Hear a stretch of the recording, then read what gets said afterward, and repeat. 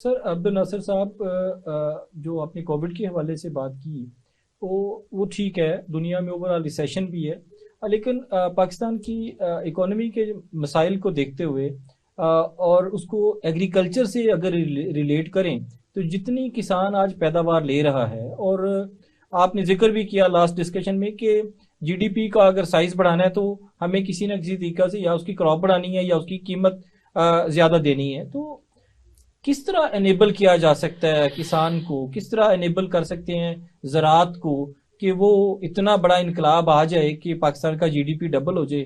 وہ کون سے ایسے آپ کے خیال میں ایسے میئرز ہیں کہ جو کہ اڈاپٹ کرنے چاہیے، یا اوور آل ایک ماحول کیسے بنایا جا سکتا ہے پاکستان میں زراعت کی ترقی کے لیے؟ دیکھیں، جب ہم ایگریکلچر کی یا زراعت کی ترقی کی بات کریں گے نا، تو اس میں بیسک رول جو آ جاتا ہے وہ اداروں کا آتا ہے. اس میں پرائیویٹ سیکٹر بھی ہے، اس میں باقی چاہے گورنمنٹ سیکٹر بھی ہے. ڈاکٹر صاحب نے جیسے بات کی کہ ابھی جو ایکسٹینشن ڈپارٹمنٹ ہے یہ ایگریکلچر سیکٹر کے لوگ ہیں، اس کے اوپر ایک پورے سیشنز وہ لوگوں کے ساتھ جا کے وہ سسٹم میں بلڈ کریں.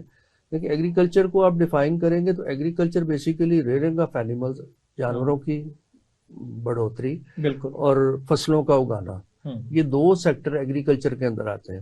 اگر ہم ایک سیکٹر جو جانوروں والا سیکٹر ہے اس کو اگر ہم دیکھنا چاہیں تو اگر ہم برڈز کی طرف آتے ہیں، یہ جو پولٹری کی انڈسٹری ہے، پولٹری کی انڈسٹری میں بہت تھوڑے لوگ ہیں، چند فارمرز ہیں، لمیٹڈ لوگ ہیں. اچھا، ان تک اگر آپ ان سے پوچھیں گے نا کہ آپ کو ٹیکنالوجی پتہ ہے کہ آپ نے یہ برڈ کیسے بڑا کرنا ہے، تو وہ سارا آپ کو ایک ایک ٹیکنالوجی کا پارٹ دیں گے کہ جناب پہلے میں نے دن یہ کرنا ہے، دوسرے دن یہ انجیکشن دینا ہے، تیسرے دن یہ کرنا ہے، چوتھے دن یہ کرنا ہے، ڈائٹ یہ دینی ہے، پانی ایسے کرنا ہے. تو وہ ان تک یہ میسج پہنچا ہوا ہے، ان تک یہ پیغام گیا ہوا ہے کہ اگر آپ نے پولٹری پیدا کرنی ہے تو پولٹری پیدا کرنے کے لیے آپ کے پاس یہ طریقہ کار ہے جس کے ذریعے آپ اس کو پولٹری کو آپ کو 45 ڈیز میں آپ 1.5 کلو چوزا لے سکتے ہیں. اچھا، وہ انڈسٹری کامیاب ہے. اچھا، پھر آپ پیچھے چلے جائیں، 10 سال پیچھے چلے جائیں تو وہ چھوٹے شیڈ میں ہوتی تھی، اب وہ کنٹرول شیڈ میں آ گئی. یہ میسج بھی ڈیولپ ہوا، امپلیمنٹ ہوا، لوگوں تک پہنچا، لوگوں نے امپلیمنٹ کیا اور لوگوں کو رزلٹ ملا، لوگوں کو پروڈکشن ملی اور وہ کنٹرول شیڈ میں شفٹ ہو گئے.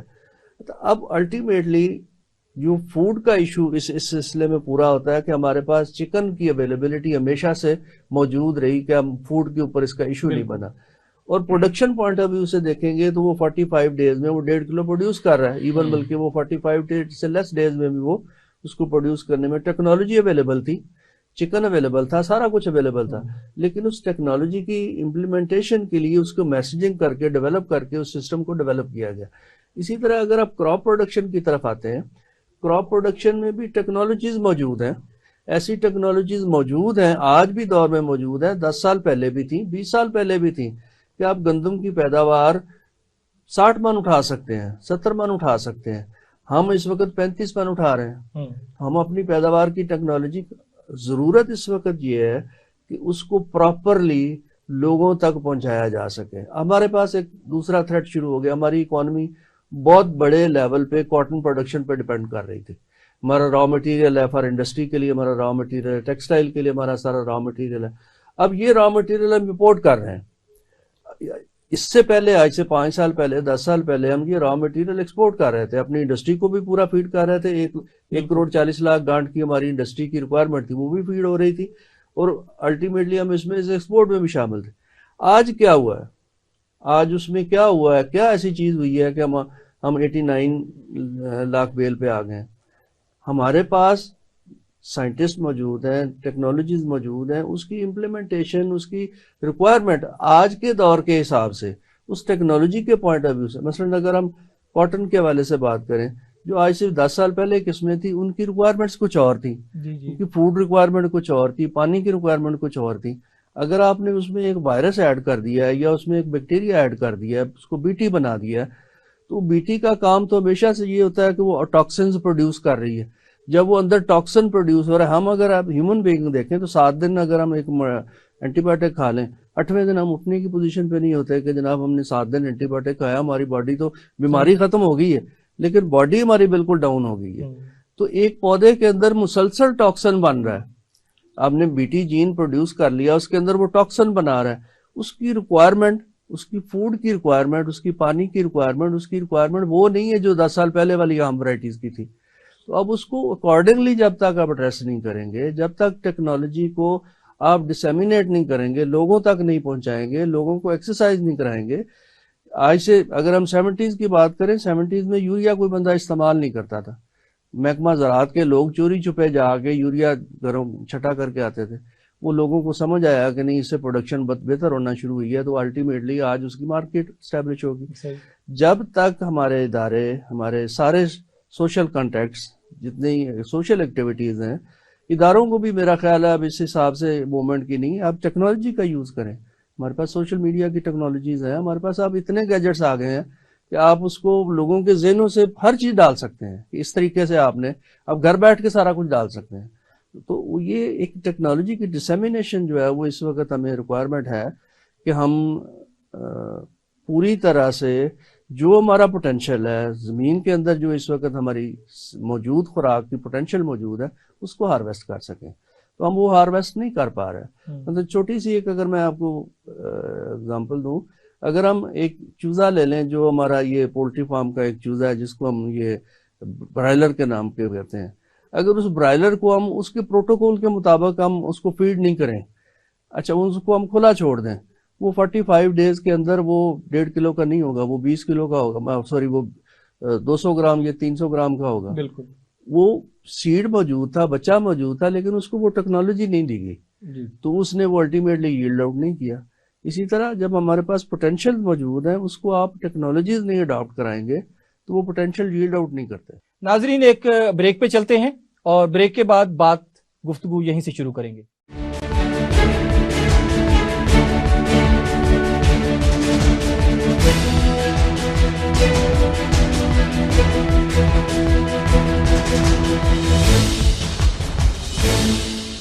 ویلکم بیک ناظرین، آپ دیکھ رہے ہیں کسان اسپیشل زبیر احمد کے ساتھ، اور بریک سے پہلے ہم بات کر رہے تھے ڈاکٹر وقار صاحب کے ساتھ، تو ہم اپنی گفتگو جاری رکھتے ہیں.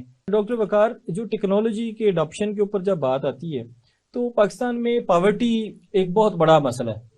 پاکستان میں جو غربت ہے، اور جب ہم کہتے ہیں کہ جی 70% پاپولیشن ایگریکلچر کے ساتھ وابستہ ہے، اور پاکستان کا 50% پلس جو ورک فورس ہے وہ ایگریکلچر سیکٹر میں ہے، اور وہ غربت کا شکار ہے، اور غربت کی سطح جو ہے وہ اس سے نیچے بھی فال کرتے ہیں. تو ایسی صورتحال میں ٹیکنالوجی کو اڈاپٹ کرنا، یا اس میں آپ نے گرین سبسڈی کا بھی ذکر کیا تھا، اچھا تھوڑا سا اس پہ روشنی ضرور ڈالیے گا کہ موجودہ غربت کے حالات میں پاکستان کی آپ نے پالیسی کے اوپر بھی بات کی ڈاکٹر صاحب، اور اس طرح سے عبد الناصر صاحب نے جس طرح ذکر کیا، تو ہم یہ غربت کے ماحول میں کس طرح سے کچھ میئرز لے سکتے ہیں کہ جس میں ٹیکنالوجی اڈاپٹ کرتے ہوئے کسان آسانی کے ساتھ، یا آپ کا بین الاقوامی جو تجربہ ہے جس طرح سے آپ نے دیکھا، کوئی ایسی مثال آپ ضرور دیں ہمارے ناظرین کے لیے آج کہ جس میں پتہ چل سکے کہ یہ ہم ٹیکنالوجی کا ماحول کیسے بنا سکتے ہیں، اڈاپٹ کرتے ہوئے پاکستان کی زراعت کو کیسے بڑھا سکتے ہیں. بالکل ٹھیک. میں ناصر صاحب نے بڑی اچھی ڈسکشن کی، اور میں اس کو کنٹینیو کرنا چاہتا ہوں کہ ٹیکنالوجیز، اب پاکستان کی آپ کو اگزامپل دے دیتا ہوں کہ ٹیکنالوجی ہے کیا اور ٹیکنالوجی کی اڈاپشن سے ڈفرینس کیسے ہے. 2-3 کراپ کی آپ کو اگزامپل دے دیتا ہوں. میز دیکھ لیں، پوٹیٹو دیکھ لیں، رائس دیکھ لیں. اب ہم دنیا میں پروڈکشن کے حساب سے اس لیول کی پروڈکشن لے رہے ہیں، اور سنگل فیکٹر اگر آپ اس میں سے ڈٹرمن کریں جو کہ رپورٹڈ ہے، آپ چاہے ایف ای او کا ڈیٹا اٹھا کے دیکھ لیں، چاہے کراپ رپورٹنگ کا اٹھا کے دیکھ لیں، ہماری پروڈکشن جو ہے وہ ایٹ پار ہے. تو پیچھے ایک فیکٹر ہے جو کہ اسیسیبل ہے، وہ ہے سیڈ، اور سارے کا سارا سیڈ امپورٹڈ ہے. صحیح. اب میز انڈسٹری جو ڈیولپ ہو گئی ہے، اب چاہے وہ سائلیج کے لیے ہے، اگر ہم اینیمل کی بات کریں، چاہے وہ کارن کے لیے ہے، اس میں پرائیویٹ اداروں نے بھی بہت رول پلے کیا ہے. رفان کا ایک بہت بڑا رول ہے اس میں، رفان میز کا. اسی طرح ٹیکنالوجی پہ پچھلے 5 سال میں نے اڈاپشن پہ ایک پروجیکٹ کیا USAID کا. تو اس میں ہم نے یہ ڈٹرمن کیا کہ مختلف، وہ پروجیکٹ جو تھا وہ GB سے لے کے تو بلوچستان تک تھا. تو بڑی انٹرسٹنگ ایگزامپلز اس میں موجود ہیں کہ ٹیرین کے لیے کون سی ٹیکنالوجیز اڈاپٹ ہو سکتی ہیں. صحیح. جو کہ اسیسیبل بھی ہوں, لے بھی سکیں, اور جو کاسٹلی ہیں جن کی میں اڈاپشن کی آپ کو اگزامپل دوں گا, جو اڈاپٹ ہو جائیں لیکن اس کے لیے ہم نے ایک رینٹل ماڈل کیا. رینٹل ماڈل کس بیس پہ کیا؟ کاسٹ بینیفٹ انالیسس کی بیس پہ. پہلے اس کی آپ کو اگزامپل دے دیتا ہوں. Sugar cane planter and harvester. جی جی. اب ایک جو یہ جو بیلٹ ہے رحیم یار خان والی, جہاں پہ کبھی کاٹن ہوتی تھی, وہاں پہ 11 یونٹ جان ڈیئر کے پلانٹر کے اور ہارویسٹر کے. چونکہ وہاں پہ لیبر اور اسے مینیج کرنا اور ٹائملی مینیج کرنا بہت بڑا ایشو تھا. ٹھیک. تو یہ ٹیکنالوجی اڈاپشن ہے. وہ بڑے ذمہ دار تھے, انہوں نے لی اور انہوں نے اسے رینٹل ماڈل کے طور پہ اپلائی کر دیا. اسی طرح سائلج میں بھی ٹیکنالوجیز موجود ہیں. پاکستان میں ان کے انڈینٹرز موجود ہیں. ٹرکش لے لیں, اٹالین لے لیں, اسپینش لے لیں, امریکن لے لیں, چائنیز لے لیں, ان کے یہاں پہ انڈینٹرز موجود ہیں. اب کویسچن یہ ہے کہ ایک چھوٹا ذمہ دار جو کہ آپ کا کویسچن ہے کہ جی غربت میں کیا کرے, تو اس کے لیے ہر کسی نے تو ٹریکٹر لینا نہیں. انفارچونیٹلی آج بھی اگر اسٹیٹسٹکس اٹھا کے دیکھیں تو پاکستان میں میکنائزیشن اراؤنڈ ورلڈ اور اراؤنڈ یہ جو ہمارا ریجن ہے 0.8 ہارس پاور ہے, جبکہ انڈیا کی 2.8 ہے, چائنا کی 5.8 کے قریب ہے, یا شاید زیادہ ہے. مجھے یہ تو بڑی حوصلہ افزا مطلب فگر ہے. تو اب پاکستان میں جو نئی ٹیکنالوجیز ہیں, جو میکنائزیشن ہے, جو لیبر کے ایشوز ہیں, ان کو ٹیکل کرنے کے لیے چاہے وہ سیڈ ٹیکنالوجی ہو, چاہے وہ ہیوی مشینری ہو, چاہے وہ چھوٹی مشینری ہو. مثال کے طور پہ کہ اب گوڈی کرنا عام طور پہ ویمن جو ہے وہ انگیج ہو جاتی ہیں, تو کاسٹ اور ٹائم بہت زیادہ تھا. تو ہم نے ایسی, اب وہ مشینیں پاکستان میں بھی بن رہی ہیں, یہ کوئی بہت state of the art machinery نہیں ہے, واک بیہائنڈ بھی ہے اور منی ٹریکٹر کے ساتھ بھی ہے. تو اگر آپ نے ایکسٹینسو لیول پہ کرنی ہے تو اس کا جو ماڈل ہے وہ ہے کہ جی سروس پرووائڈر. مثال کے طور پہ اب کاٹن میں, جیسے ناصر صاحب نے کاٹن کا ذکر کیا, پہلے ذمہ دار خود کرتا تھا یا فیملی لیبر انگیج کر کے کرتا تھا. اب کاٹن میں بہت سارے انسٹیٹیوشنز آگے, بی سی آئی کا میں مثال دے دیتا ہوں, بیٹر کاٹن انیشیٹو والے, تو وہاں پہ سروس پرووائڈر آ گئے.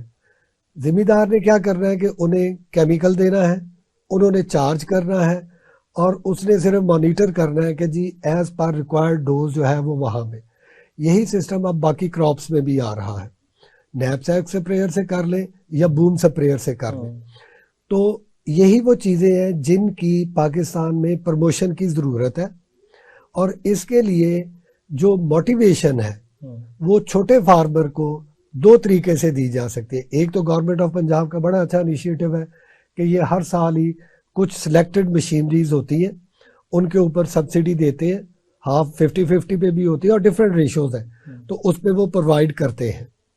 اور چونکہ وہ نمبر تھوڑے ہیں تو اس کے لیے وہ قرآن اندازی کرتے ہیں, لیکن وہ ایک اچھا انیشیٹو ہے, اس سے کم از کم یہ سہولت بن رہی ہے.